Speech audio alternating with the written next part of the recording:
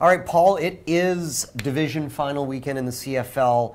Let's do some picks, and let's start in the East, where the Edmonton Eskimos from that eastern province of Alberta play in the Eastern Final against... Well, it is East from here. It is. It's true. Anyway, Edmonton and Ottawa, who are you taking in the first game on Sunday? Typically you can kind of separate the argument between your head and your heart. I don't care about my head. Never have, actually. I want Edmonton to win this game. I just think it would be fantastic to see two Western teams in the Grey Cup in Toronto. If it was another venue, I might say Ottawa would be a good story of them coming back. Henry Burris still involved at his age. I think it will be fantastic if we see the first all-West Grey Cup, so I'm going to go with Edmonton there. And plus, you know what? I think they have the pedigree. I think they have the better quarterback, and I think at the end of the day, that's what makes a difference in the CFL. Yeah, I mean, and let's also think this. The East Division was terrible this year, right? They could beat each other, and they couldn't beat the West. Yeah. Why is that always the case?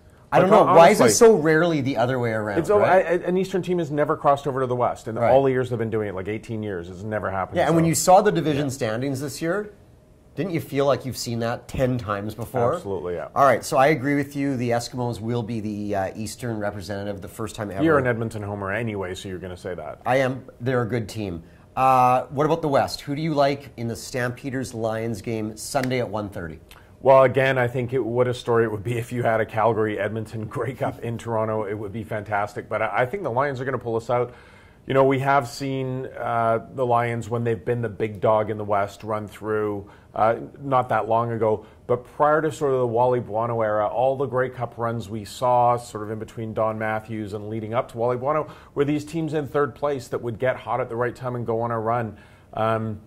Maybe calling it a run by having a great second half against Winnipeg is a little much. But again, it comes down to the quarterback play, Jonathan. And I think Jonathan Jennings in the second half showed he's ready for this. The wild card, of course, is the weather. I don't think there's precipitation, but it is looking like it might be sub-zero.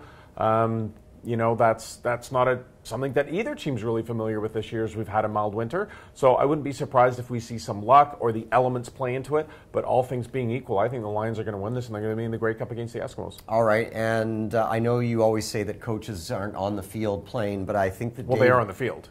They're actually just off the field, Paul. There's a big line here, and they stand on this side. But still the field.